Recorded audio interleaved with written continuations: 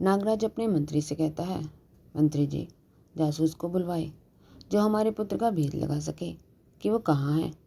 मंत्री जासूस से लाल शहजादे के बारे में पता लगाने को कहता है। जासूस कुछ ही समय में लाल के बारे में पता लगाकर नागराज को संदेश देता है। नागराज, उन्होंने 2 विवाह कर लिए हैं और वो आराम से अपना जीवन व्यतीत कर रहे हैं। मुझे नहीं लगता कि वो वापस नागलोक आएंगे। नागराज, ऐसा नहीं हो सकता। वो हमारे सबसे छोटे और सबसे प्रिय पुत्र हैं। हम उन्हें अवश्य वापस लाएंगे। नागराज मंत्री से कहते हैं, दूती, जो इधर उधर की बातें लगाए और उधर की बातें इधर लगाए, को बुलाओ। दूती को बुलाया जाता है। पहले दूती से नागराज पूछते हैं, अपनी विशेषता बताओ।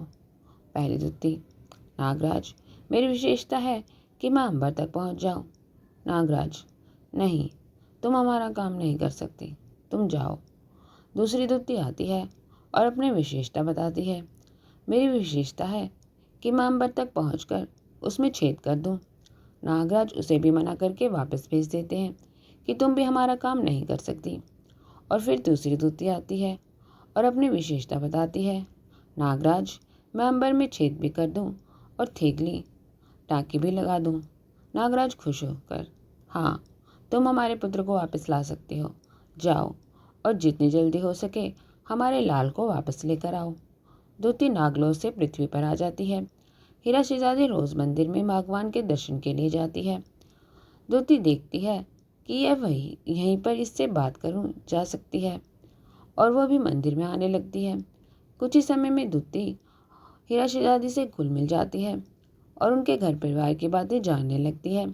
बातों बातों में दूती को पता चलता है कि हीरा शहजादी ने लाल शहजादे के साथ आज तक कभी एक साथ बैठकर भोजन नहीं किया। तो हीरा शहजादी को ताना मारते हुए कहती है कि तुम कैसी पत्नी हो जो तुमने आज तक अपने पति के साथ भोजन नहीं किया। मुझे लगता है कि वो तुमसे प्रेम नहीं करते। हीरा, नहीं, लाल मुझसे बहुत प्रेम करते हैं। दूती, ये कैसा प्रेम है जो दिखाई नहीं दे रहा। अगर वो तुमसे प्रेम करते हैं तो तुम उनके साथ भोजन करो। हीरा शहजादी के मन में ये बात अटक कर रह जाती है। घर आकर हीरा के मन में भी यही बात चल रही थी।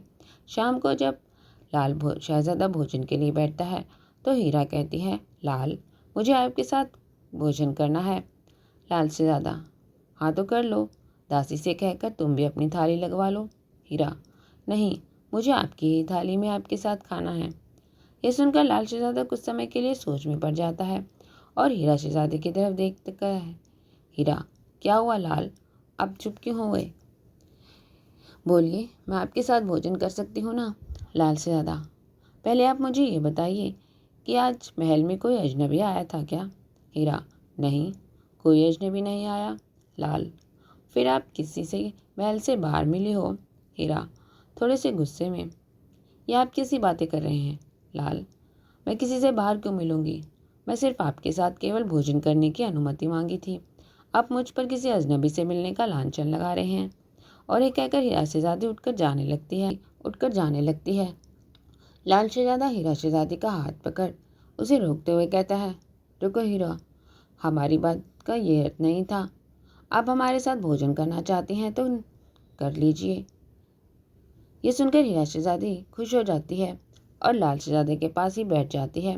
लाल शहजादा, किंतु हमारे साथ भोजन करने के लिए आपको एक नियम का पालन करना होगा। हीरा शहजादी हैरानी से, नियम? कौन सा नियम? लाल शहजादा थाली के भोजन के 2 हिस्से करता है और कहता है कि आपके भाग का भोजन हमारे भाग में नहीं आना चाहिए और हमारे भाग का भोजन आपके भाग में नहीं जाना चाहिए। हीरा खुश होकर कहती है, बस इतनी सी बात, हमें मंजूर है। और ये कहकर लाल शहजादे की थाली से ही भोजन करने लगती है। लाल शहजादे के मन में शंका हो जाती है कि जरूर कोई ना कोई बात है जो हीरा ने आज साथ भोजन करने की हट करी, वरना ये हमारी हमेशा बात मानती है। अगले दिन सुबह हीरा शहजादी फिर मंदिर जाती है और लाल शहजादा छुपकर उसका पीछा करता है। मंदिर में हीरा शहजादी को वही औरत फिर मिलती है और पूजा करने के बाद दोनों में बातों का सिलसिला फिर से शुरू हो जाता है। और औरत, और सुनाओ बहन, कल तुमने किया अपने पति के साथ भोजन?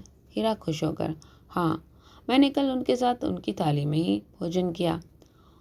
वो औरत फिर कहती है, अच्छा, वैसे एक बात बताओ, तुम्हारे पति की जात क्या है? हीरा शहजादी। जात? औरत। हाँ, जात पता है तुम्हें? हीरा शहजादी सकुचाई सी। नहीं, वो तो मुझे नहीं पता। औरत। कमाल है, तुम तो कह रही थी कि तुम्हारे पति तुमसे बहुत प्रेम करते हैं और तुम्हें उनकी जात भी नहीं पता। और ये कहकर वो औरत वहाँ से चली जाती है। लाल शहजादा उनकी बातें सुनकर छुपकर सुन लेता है। हीरा कुछ देर वहीं बैठी रहती है और फिर वापस घर के लिए आती है।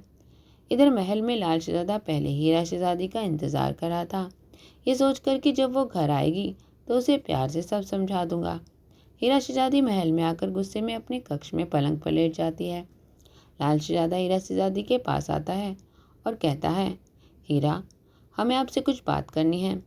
लेकिन हीरा गुस्से में खड़ी हो जाती है और कहती है, लाल, मैं आपसे कोई बात नहीं करूंगी जब तक आप मेरे प्रश्न का उत्तर नहीं देते। लाल शहजादा, हीरा, हम आपके हर एक प्रश्न का उत्तर देंगे, बस एक बात हमारी बात सुन लीजिए। हीरा, नहीं लाल, जब तक आप मुझे मेरे प्रश्न का उत्तर नहीं मिलता तब तक मैं आपसे कोई बात नहीं सुनूंगी। लाल। हीरा, संसार में 3 हट सबसे खतरनाक होती हैं, बाल हट, राज हट और स्त्री हट। हीरा गुस्से में, लाल, आप मुझसे तभी बात करिए जब आप मेरे प्रश्न का उत्तर देने के लिए सज्ज हों, अन्यथा में ये व्यर्थ का उपदेश न कीजिए। लाल कुछ क्षण के लिए चुप होकर हीरा की तरफ देखता है और फिर कहता है, ठीक है, हम आपके प्रश्न का उत्तर देंगे, पर उसके बाद का जो भी परिणाम होगा उसका उत्तरदायित्व आपका ही होगा। हीरा। हीरा, मैं परिणाम के लिए तैयार हूँ लाल। लाल शहजादा एक गहरी सांस लेकर कहता है, तो फिर ठीक है, पूछिए क्या प्रश्न है आपका। हीरा शहजादी, लाल, हम आपकी जात जानना चाहते हैं कि आपकी क्या जात है। लाल शहजादा मन में सोचता है, हम जानते हैं हीरा, इस समय आपके मस्तिष्क पर किसी अन्य की कही गई बातों का असर है। हम आपसे चाहे कितना भी मना क्यों ना करें, पर आप हमारी बात नहीं मानेंगी। फिर भी एक बार और प्रयत्न करके देख लें, शायद आपको हमारी बात समझ में आ जाए और आप ये हट त्याग दें। ये सोचकर लाल शहजादा कहता है, ये कैसा प्रश्न है हीरा कि हमारी जात क्या है। हीरा, क्यों, क्या हुआ? क्या मुझे आपके बारे में नहीं जानने का हक नहीं है? लाल, सब कुछ तो जानती हैं आप हमारे बारे में, ऐसा कुछ भी नहीं जो आपसे छिपा हो। सब कुछ नहीं जानती, मैं आपकी जात नहीं जानती। लाल, और हमारी जात के बारे में जानकर आप क्या करोगी? क्या हमारा प्रेम पर्याप्त नहीं है आपके लिए? हीरा, इसमें हमारे प्रेम बीच में कहाँ से आ गया लाल? मैं तो केवल आपकी जात जानना चाहती हूँ। लाल, आपको हमारे प्रेम पर विश्वास नहीं, इसलिए तो आप आज ऐसे प्रश्न कर रही हैं। तभी हीरा गुस्से में लाल को बीच में ही टोकते हुए कहती हैं, रहने दीजिए लाल, मैं जानती थी कि आप मुझसे प्रेम नहीं करते, इसलिए आप इधर उधर की बातें बना रहे हैं, मेरे प्रश्न का उत्तर नहीं दे रहे। ये कहकर हीरा कक्ष से बाहर जाने लगती है तो लाल उसका हाथ पकड़ कर उसका रोकते हुए कहता है, रुकिए हीरा, हम आपके प्रश्न का उत्तर देंगे। हीरा मुड़कर लाल शहजादे की तरफ देखती है। लाल, किंतु हम आपके प्रश्न का उत्तर यहाँ नहीं दे सकते, आपको हमारे साथ कहीं चलना होगा। हीरा, आप कहीं पर भी ले चलिए, मैं आपके साथ वहाँ जाने के लिए तैयार हूँ, बस मुझे मेरे प्रश्न का उत्तर चाहिए। लाल, तो चलिए हमारे साथ।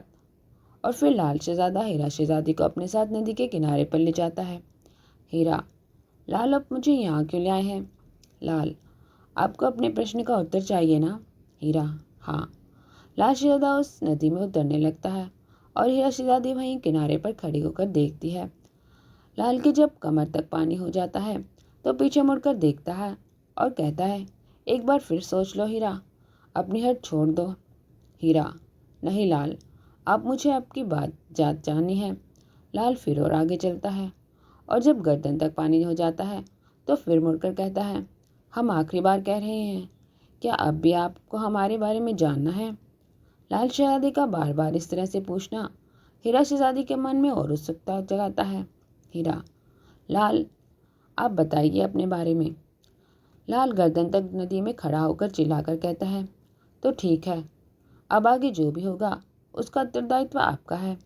और ये कहकर नदी में डुबकी लगाता है और सर्प रूप में अपना फन बाहर निकाल कर कहता है, देख लो हीरा, यह है हमारी जात, हमारा असली रूप। और अब हम जा रहे हैं हीरा, हमेशा के लिए। और ये कहकर लाल शहजादा वापस नदी में डुबकी लगाता है और चला जाता है।